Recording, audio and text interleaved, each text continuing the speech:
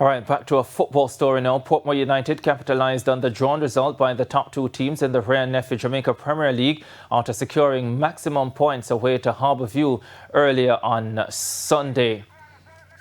Now, in a top-of-the-table clash, leaders Montego Bay United played to a 1-0 draw with Racing United. This encounter at Ferdanita Park, Dwight Merrick opened the scoring for Montego Bay in the 39th minute. However, TVJ Grant secured a point for Racing with a 43rd minute finish. Yeah, there you go. Mobay are now on 46 points, 7 clear of Racing, who have 39.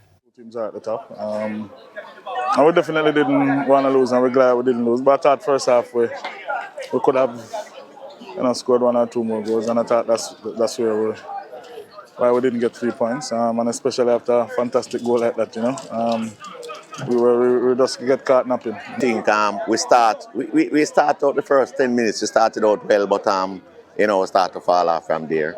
And when we realize that Nikhil in some pain, that we going some problem. But I think he fought hard with going through those pain, and then we have to